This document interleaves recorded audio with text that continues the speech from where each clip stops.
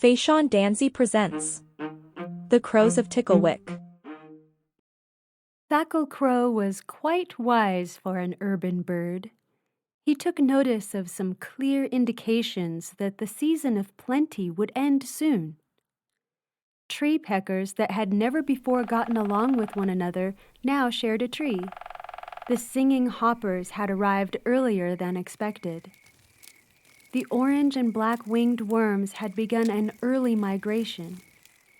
These were unmistakable signs that the season of dearth would soon be upon them. Making matters even worse, the donor, for some reason, was behaving rather selfishly. "I understand that he does not value us," Thackle said to his mate, Crola Crow. "After all, what have we done for him? He has taken extra measures to make certain that we do not get a single morsel. The great cylinder now has a crow-proof seal that cannot be broken. I've tried to get in. Our beaks are no match." "What can we do, Father?" asked their son Forteist. "We must find a way to get back into his graces," Thackle answered.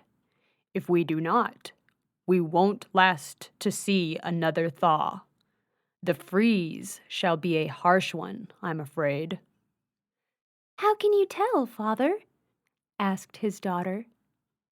Thackle swooped down a few branches and clawed the limb upon which his daughter was perched and spoke gently to her. "The wind tells all, Toolie. Even when we are low to the ground, it lifts our wings, urging us to take flight. That is the very first sign. The coming season shall be much colder than those we've previously endured." "Did you know that?" Toolie asked her brother. Forteist had not known, but he pretended that he had. "Of course, I've always known. I listen when Father speaks," he boasted. Crola maintained her position on the nest as she looked up to speak to her family. "Though harsh the freeze will be, we shall survive as long as we remember two simple laws." "Law 1," Toolie recited. "Never harass a neighbor for their kill." "Very good, Toolie," said Crola. "Forteist?" Thackle called to his son. "Yes, Father?" He responded cluelessly. "We are reciting the laws. Care to join us?" "Yes, Father," he said, clearing his throat. "Law 2, an abandoned kill is fair game to be shared with your family." "Well done, son," said Crola. "These laws are to be obeyed at all times," Thackle stated. "You must live your life by these laws. That is how we will survive the coming freeze." "Yes, Father." Agreed Toolie. "Yes, Father," answered Forteist in a most noble voice. "I shall obey the laws without question for the sake of my family." Toolie and Forteist swooped gracefully to the ground. "Remember when we used to flap our wings too much?" Toolie asked. "Yeah, funny how it seemed like the ground would actually reach up and smack you if you didn't," he agreed. On a more serious note, Toolie asked, "Why didn't you leave the nesting tree? Don't you want to find a mate?" "Sure I do," replied Forteist. "But I want to find the right crow. She has to have the perfect beak, like Mother. The crows I've seen are all tattered." "Mother's beak is perfect because Father takes good care of her," said Toolie. "What about you, Toolie? Why did you stay?" "Pretty much the same as you. I want what Mother has, the enclosed tree with a cheerful donor. I don't want my nest to be on the ground or in a strange dwelling. Most of all, I couldn't imagine life without you and the parents." "That's a bit too gooey. You're a crow," he teased. "Toughen up." "You're one to squawk. I want to marry my mother," she mocked. "Hey, I never said that," Forteist retorted. "That's what it sounded like to me," Toolie continued. Forteist was not about to let her get away with that. Teasing was his thing. "I wasn't going to say anything, but I hear old Uncle Crowfus is available, and he has his only eye on you." "Yucky grossness! If I have anything to do with it, Uncle Crowfus will remain available." "Maybe you don't have any say in the matter." Forteist grinned. "Oh, I have a say. He's not my kind of crow." "You sure about that?" "Of course I'm sure. Wait a minute. Is there something you're not telling me?" "I'm just saying.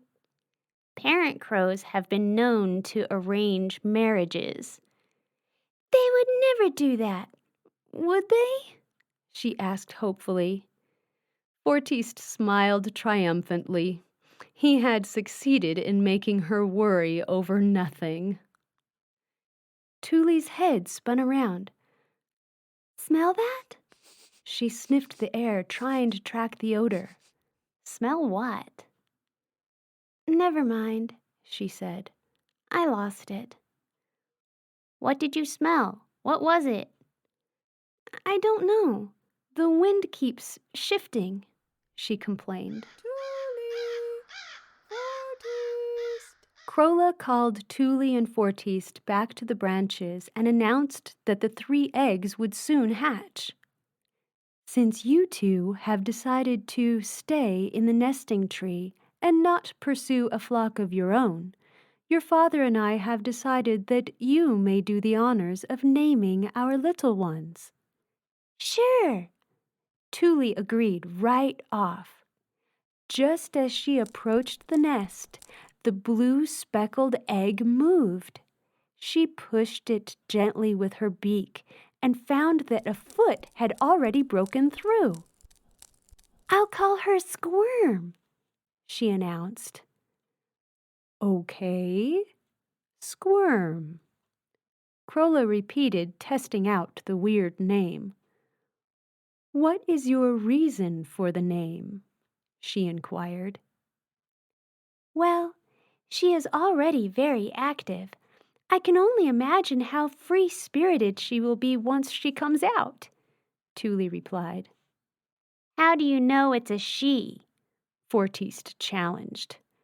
"Her shell has blue speckles. If you had listened to Mother, you would have known." "I know blue means girls," he said, regretting that he had said anything.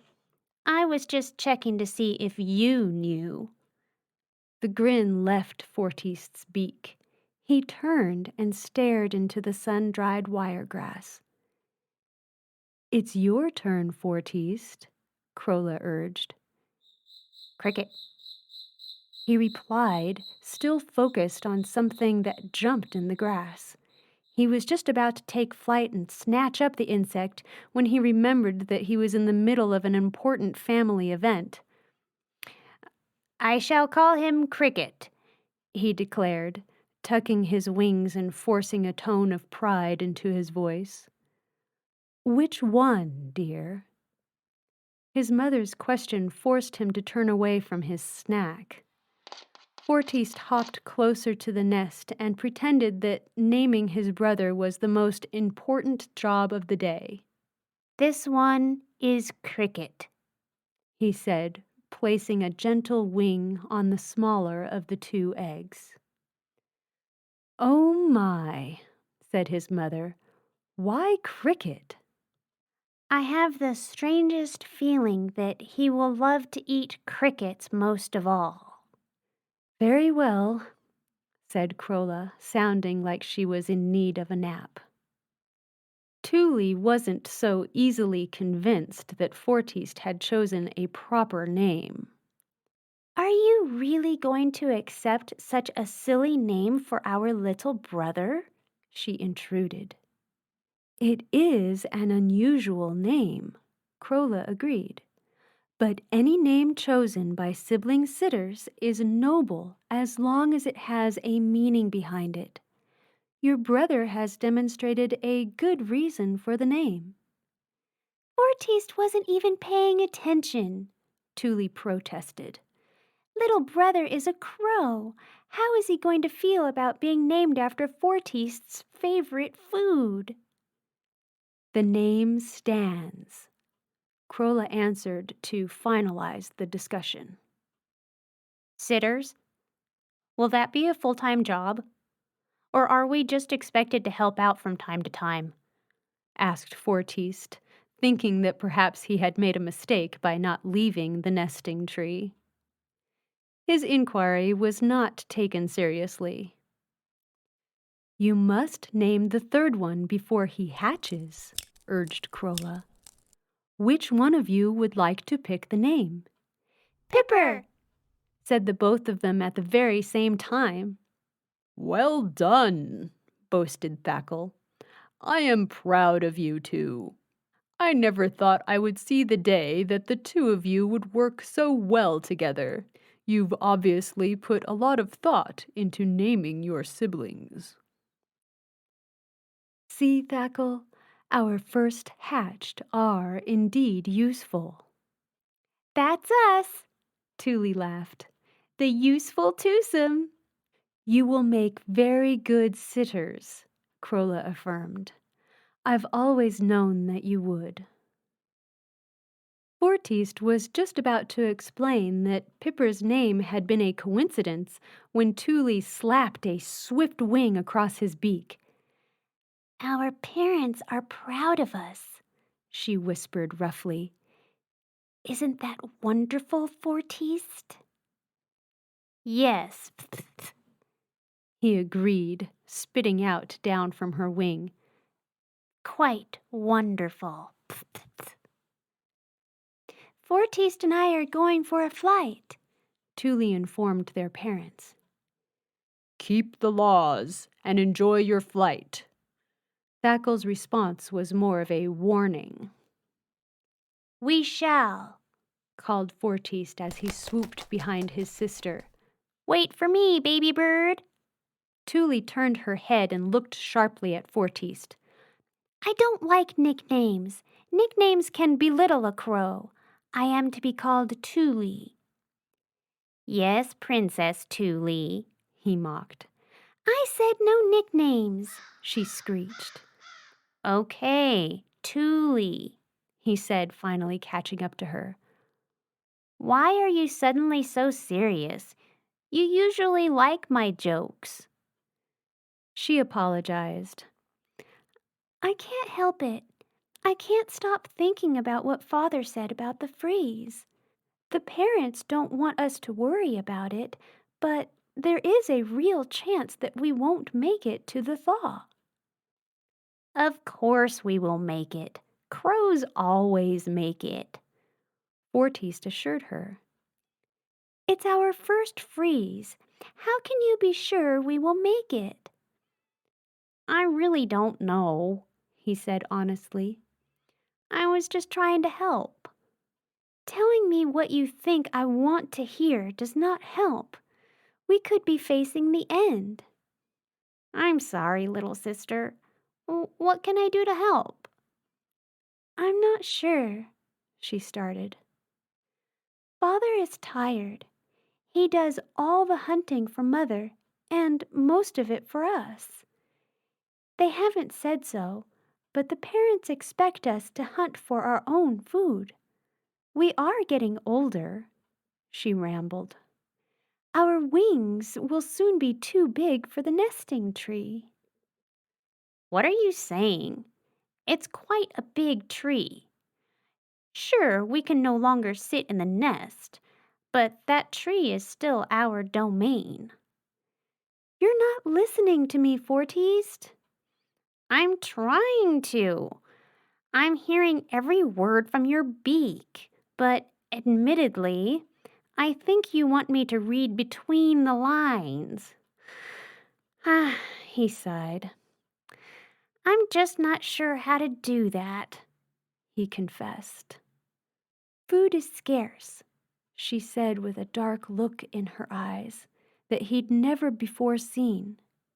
Yes, food is a little scarce right now, but it's not completely gone. Forteist tried to remain optimistic. The doodlebugs will be around through the freeze. You just have to find where they sleep. We will be fine. No, we won't, Toolie insisted. We can't keep waiting for Thackle Crow to feed us. Crola Crow certainly won't give up her rations for us. The little ones are her priority. Is that what we're doing now? Calling the parents by their names? I don't think they will like that. We have to do something, said Toolie, ignoring Forteist's attempt to taunt her. Do what? Start our own families? You may not have noticed, but the parents actually like the fact that we decided to stay in the nesting tree. That may be true, but once the egglings hatch, things are going to be different. Can't you feel it? Feel what? It's all around us. I don't know a name for it, but I can feel it from my bones to my feather tips. It's time to grow up, Forteist. We must hunt. Okay, I'll help you hunt. Was the theatrics really necessary? The siblings swooped and landed on a tall tree to wait for an opportunity. Once more, Toolie smelled the hint of something promising. The wind shifted wildly, and she lost it once again. She was a bit frustrated that she could not tell which direction it had come from. All she could do is wait for the winds to calm. Do you ever wonder where we come from? Toolie asked. We come from Mother and Father, Forteist said naively. I know that, but where do they come from? We are different than any other crow that I've seen. Just look at how our feathers gleam. All the other crows in our kingdom are unattractive and dull. Why is that? Father once told me, but I didn't think it was that important. Forteist confessed. Not important? Are you kidding? How could you keep something so important from me? Tell me right now, she demanded. Okay. Our parents were given to the donor as a gift. A gift? We were gifts? She asked with a spark in her voice. Toolie liked the sound of that. Tell me more. I must know everything. The donors call such a gift a gag. Father says a gag is a sacred gift amongst the donors. The donor was clueless how to care for our parents in the beginning. Luckily, crows are hatched with all the knowledge needed to survive. They just have to be given a chance to mature. The donor gave them a safe place to live until they could make it on their own. And here we are today. That's a beautiful story, Toolie said. It's not just a story, it's the truth, Forteist maintained. I have to ask, Big Brother, where did you get your naming skills? Toolie grinned. You're one to talk, he retorted. Squirm? Who ever heard of a crow called Squirm? What exactly is a squirm anyway? Sounds like someone that can't stop moving. That's exactly what I think she'll be like, answered Toolie. She'll never stop moving. Her flight will be majestic with deliberate wing beats that take her gracefully to treetops that have yet to be explored by any crow. Toolie's description of her little sister had demanded Forteist's full attention. He pictured Squirm's future as Toolie spoke proudly of her. Tell me something. Where did you get the name Cricket from? She asked. A crow named Cricket? I'm not picking, I'm just saying, she said honestly. The parents like the name, he said defensively. No, the parents accepted that name. There's a difference. It sounds a little bird-brained to me. Cricket is not a noble name. I don't care what the parents say. Oh, now that you're away from the tree, their opinions no longer matter to you. I shall be certain to inform them of this news when we return. I shall be sure to have your head if you do such a thing, she said, locking his head with her wing. Honestly, he said when he was able to pull himself free. I got sidetracked. I was focused on a family of singing hoppers in the grass. So the first word from my beak was cricket. I couldn't change it. That ceremony means a lot to Mother and Father. I know, Toolie agreed. I was surprised that they accepted the name, Forteist finally admitted. I hope little Cricket won't hate me for it. And Pipper! How did you know that I was going to say Pipper? She asked. You may have said it the same time as I did, but I thought of it first, he returned. Sure you did. Everyone knows just how focused Forteist the Great is. Forteist wanted to make a witty remark, but he could think of nothing at that moment. Shut your beak, Toolie said before he could respond. Follow me, she continued, taking a keen dive and inhaling deeply. Mother and Father are going to be so proud, she cried as she lunged sharply. Forteist dove after her, wondering why she had taken off with such urgency. She swooped in upon 3 little foxes that were gingerly gnawing at a fleshy thigh bone. Toolie took the meat with ease. This is what I smelled, Forteist. It called to me. Didn't you smell it too? No, Toolie, give it back. They're just babies, he called. They'll easily find more. They are foxes, the slyest creatures in our kingdom. I know you think you're doing the right thing for our family, but the parents won't like it, Forteist said when he caught up to Toolie. I know. They will love it. Toolie was not listening. She raced onward towards her home. When Toolie and Forteist reached the nesting tree, Thackle and Crola Crow had weird looks on their beaks.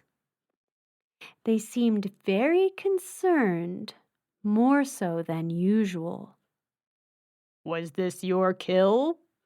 Thackle inquired of his son. Why, no, he said, fluttering backwards. It wasn't mine. I prefer to scavenge, not to mention the laws that we must obey. That's right. We scavenge, said Toolie, suddenly remembering the laws, which had before that moment only been a daily formality. She finally realized why Forteist had been against taking the meal. Did you steal it? Thackle asked.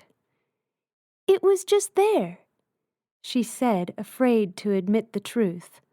That was the first time in her life that Toolie had lied about anything. Lying to her parents made her feel awful. Forteist, called Crola. Is this true?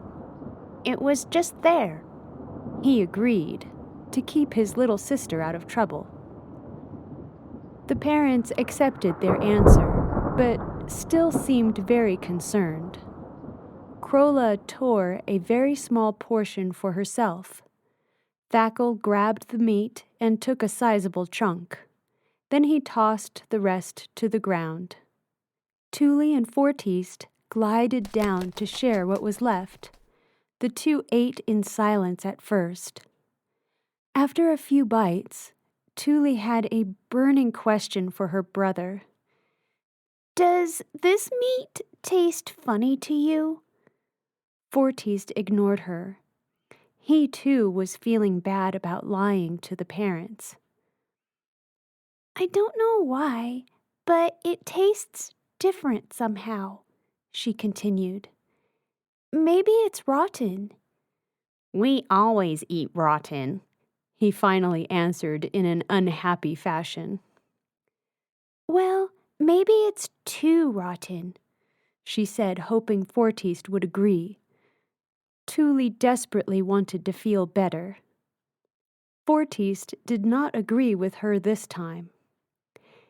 It tastes funny because it was taken from innocent babes.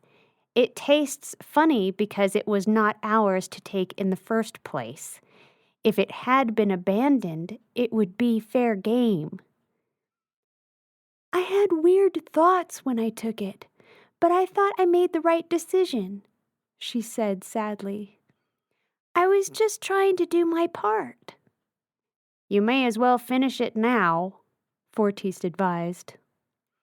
No, I have to make things right. I'm going to take it back. That will only make things worse, Toolie, Forteist warned. Besides, we've consumed the best of it. Alas, there was no reasoning with her. Again, Toolie was not listening to her brother as she flew away. Forteist followed, trying to persuade her that she was about to make another big mistake. No matter how much he pleaded, she would not turn back. Toolie dropped the small piece of meat in the spot where she had seen the baby foxes, but they were no longer around. The babies were gone, but their parents had seen Toolie and Forteist fly by. Have they no shame at all? I should have known it was those scavengers. They took food right out of the mouths of our babies, then shamelessly brought back the scraps, knowing it could never be enough. I would have expected this from the rooks, even the ravens. But Thackle has never broken the law. He has never before crossed our border, not since the truce. I should have known it would only be a matter of time before his offspring did so. How did you know they belonged to Thackle? Asked Vera Fox. Didn't you notice? Andon Fox asked. None of the other crows have that awful shine on their backs. I shall deal with him myself. He has something that I want as well. Thackle lives behind the gate. How will you reach him? She asked. It may take a spell. I may have to sit and wait. Sooner or later, the donor is sure to open the gate. And when he does, those eggs shall be mine. It's only a matter of time. Vera Fox was worried. You are outnumbered. Can I count on you to join me? It will be like old times, he crooned. Vera Fox would have no part of it. The safety of her little ones was her first concern. Forteist looked just as worried as their parents had when they returned to the nesting tree. Toolie would have given anything for him to joke with her. She would even welcome his constant teasing. But he was not in a cheerful mood. He was on watch. He was certain that something bad would happen soon. As the sun was descending, everything seemed normal. The last hatchling had just broken free of its shell. Crola was busy removing pieces of the shell from the nest, singing sweetly to her young as she did so. Then Andon Fox boldly came up to Thackle Crow's tree. How did you get in? Thackle's voice was sharp, warning his family of the danger. Your donor let me in, Andon disclosed. Thackle did not believe him. No donor would ever side with a fox. Don't believe me? Have a look for yourself, Andon Fox said, taking a quick glance behind the gate. Thackle looked over at the gate. Sure enough, it was open. Not for long, though. A familiar sound echoed. Rusty hinges squeaked as the gate was being closed. No, it cannot be, called Thackle. What's wrong? Did you think your donor would always be there to protect you? You should expect nothing less. Your relationship with the donor is not natural. It looks like you've worn out your welcome. Why have you crossed our border, Andon? Thackle demanded. We had an agreement. That agreement became law. Now you have broken it. As if you don't already know. The sly creature spoke softly. I never broke our agreement, Thackle screeched. Why have you? Details and technicalities won't change your fate. Maybe you didn't cross the border, but your daughter sure did. Toolie, Crola gasped. Yes, Toolie, the fox said, using her name as if he'd known it all along. And your son was right there to back her up. They stole food from my babies. As if that wasn't bad enough, Toolie returned boastfully to drop off the unwanted scraps after she'd had her fill. Thanks to your ducklings, I'm out of food. No worries, though. I'm here to take what is rightfully mine. Maybe this time you will keep the laws. You shall have nothing, said Thackle, coming to their defense. I will be taking those eggs that Crola is guarding. It shouldn't be too painful for you. They haven't hatched yet. You can't possibly be attached to them. They have hatched. They have names. Pipper hatched first, Thackle cawed. The fox licked his chops and grinned. He could care less about their names. Squirm was the second to hatch, Thackle continued. Sounds very tasty, the fox replied. Cricket is our youngest. We are very much attached. Unlike you, we care for our young, no matter their age. You took something from my family. Now I'm here to take something from yours. Are you a hunter? Thackle challenged. What is the meaning of that question? You're just stalling. Nice try, but stalling won't help you. This is the end of your new chickies. Toolie made a mistake, Crola cawed. Somehow, she forgot the law. Yes, she made a very big mistake, Andon agreed. And you are about to pay dearly for that mistake. My daughter could have easily snatched up one of your babes, said Thackle. It is in her nature to do so. Toolie's eyes widened as she gasped at that statement. How had her father known? She had actually considered grabbing one of the babies. Because of the laws that her parents had tried to instill in her, she had taken the thigh bone instead. Andon Fox was done talking. He got a running start up the tree. The nest was positioned very low, as that was the only place in the great tree that could support a crow's nest. With a little luck, he could possibly reach the nest. Andon's effort was met with Thackel's sharp claws on his face, forcing him back. Was it a righteous kill, or did you take it? Thackel asked.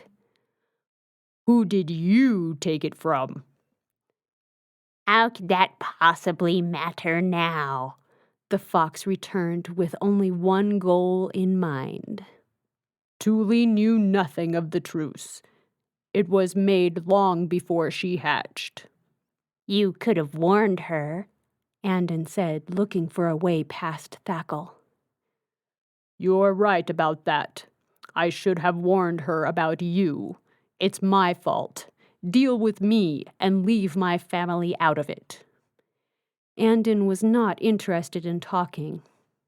His only goal was to reach that nest and take its bounty.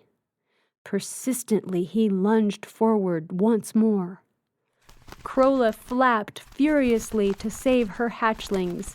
In doing so, one of them was pushed to the edge of the nest. She panicked when he fell to the ground. Cricket! Toolie called loudly. Grinning at his pending success, the fox turned to retrieve his prize. He would have loved to take all 3 baby birds, but considering the circumstances, he would be glad to make off with one. He was so focused on chasing the little crow that he was not aware of the 3 birds following closely behind him. Crola Crow felt helpless. Covering the 2 left in the nest and calling loudly to Cricket was all that she could do. Thackel, Forteist, and Toolie proved that they could do much more. They swooped down upon the fox all at once. It was Toolie's claw that caught Andon in his eye, causing him to retreat. When the fox ran off, she wrapped her little brother with a wing to further protect him. Thackel and Forteist were far from being done with the menace. They gave chase, pecking him repeatedly and calling harshly at him for the intrusion. The gate was closed. There was no place for Andon to go. Finally, he cowered in a corner. The birds continued to swoop in and dig their claws into him, ripping chunks of fur from his back. They were desperate to rid themselves of the vengeful creature. He was just as desperate to be free. Quite some time had passed before the donor finally returned. He was about to take some groceries inside when he heard a commotion coming from his backyard. The crows were cawing much louder than they did in the early mornings. He knew their unusual behavior meant something was wrong, so he decided to investigate. As soon as the donor opened the gate, the tattered fox ran past him. 2 angry birds were close behind him. The donor was annoyed at the 3 of them for making such a fuss. What are you doing? What is this? He considered getting rid of the tree that they lived in. After he had a moment to think about what had happened, the donor realized that the birds had gotten rid of the unwanted vermin. He decided that they were quite useful. Before sundown, the donor returned with pinochle sprouts to show his appreciation. He also removed the lid from the garbage can. On numerous occasions, that worrisome fox had tried unsuccessfully to get into the gate.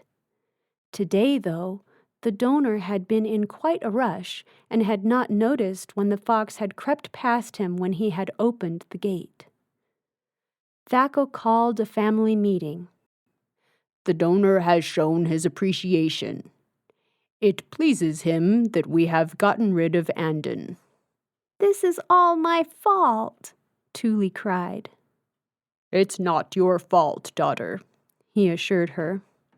I should have better explained the law to you. I only agreed to that law because I thought it would protect you. It is an unnatural law that goes against your natural instincts. It does? Yes. It is in us to survive at all costs. Nature's law says the fittest shall survive.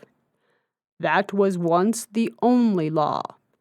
Before you and Forteist hatched, we had 4 blue speckled eggs in the nest.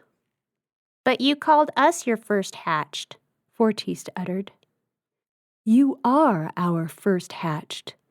You were not our first eggs, Crola said softly. Where are they now? Toolie asked, hopeful that she had more sisters somewhere. They never made it, her father replied. There was a hole in the fence that the donor was unaware of. Andon discovered it and came in as we were sleeping. He devoured them before we could stop him. I soon sought revenge on him. I would have had my revenge. He too had innocent young ones. I saw them one day as I was out scouting for food for your mother. She was in the tree tending to the 2 of you. I swooped in and grabbed 2 of them just as easily as Andon had taken my eggs from the nest. I could have fed her well that day, but the hole in the fence was still there. The consequences would have been like a prophecy. That fox would have come for you, too. It would have been an ongoing cycle. After coming to that conclusion, I turned and placed the babes back where I had found them. My actions sent a clear message to Andon. We came to a truce. He would never again cross our border as long as we agreed not to cross his. Soon after that, the hole in the fence was fixed.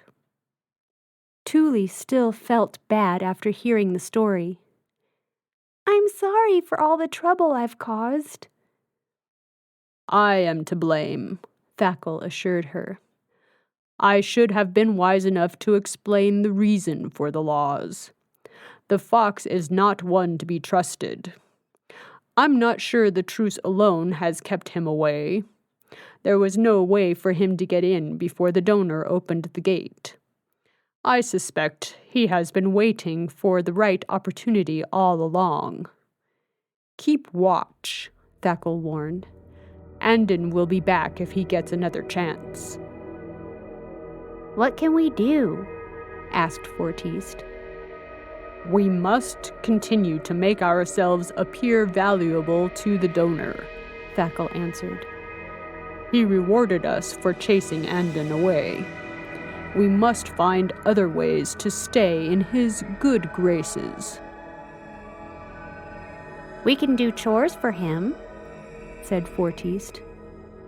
Chores? Crola asked. Sure. I've noticed that he doesn't like the flat things and the crinkly things on the ground. We can wait until he is watching, then we can fly them to the cylinder. That's what he does with them. What about the shiny things? Toolie asked, eager to help. I think we should keep those, said Forteist.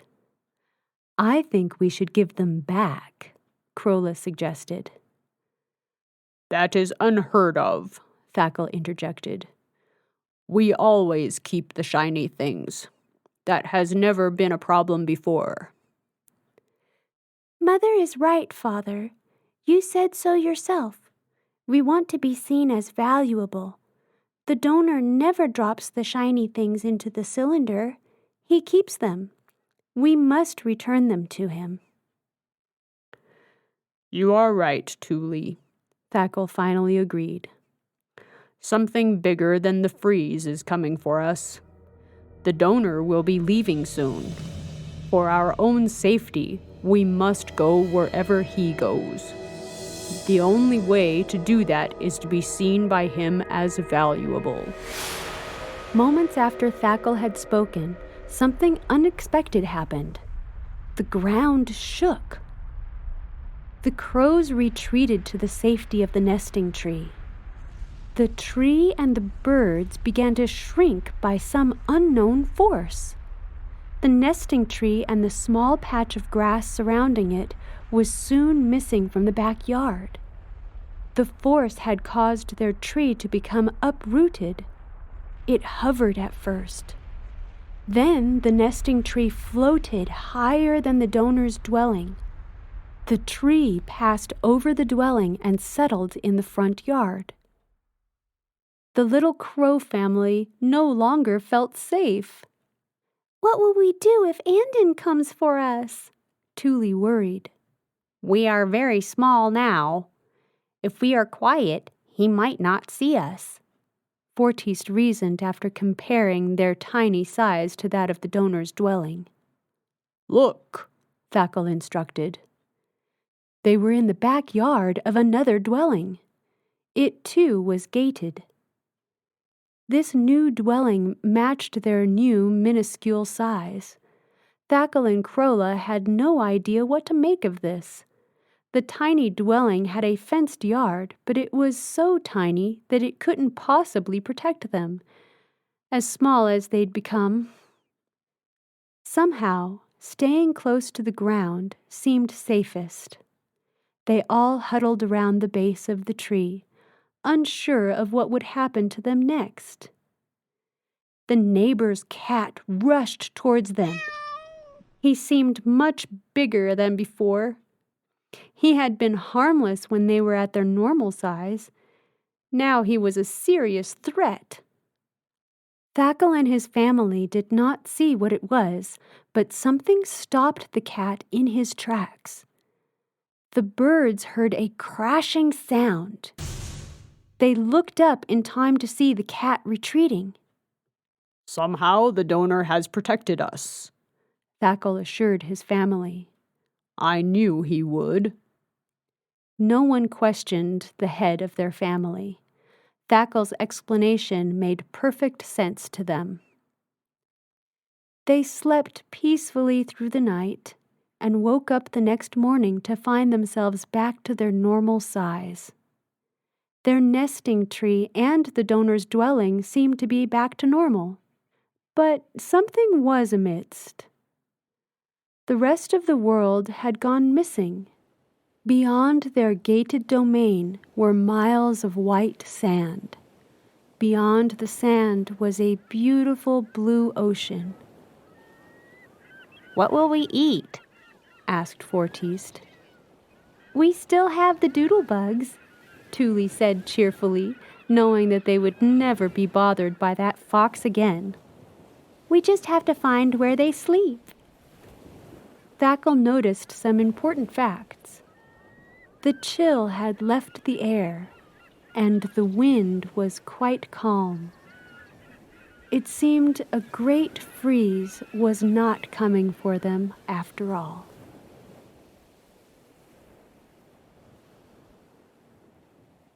The end.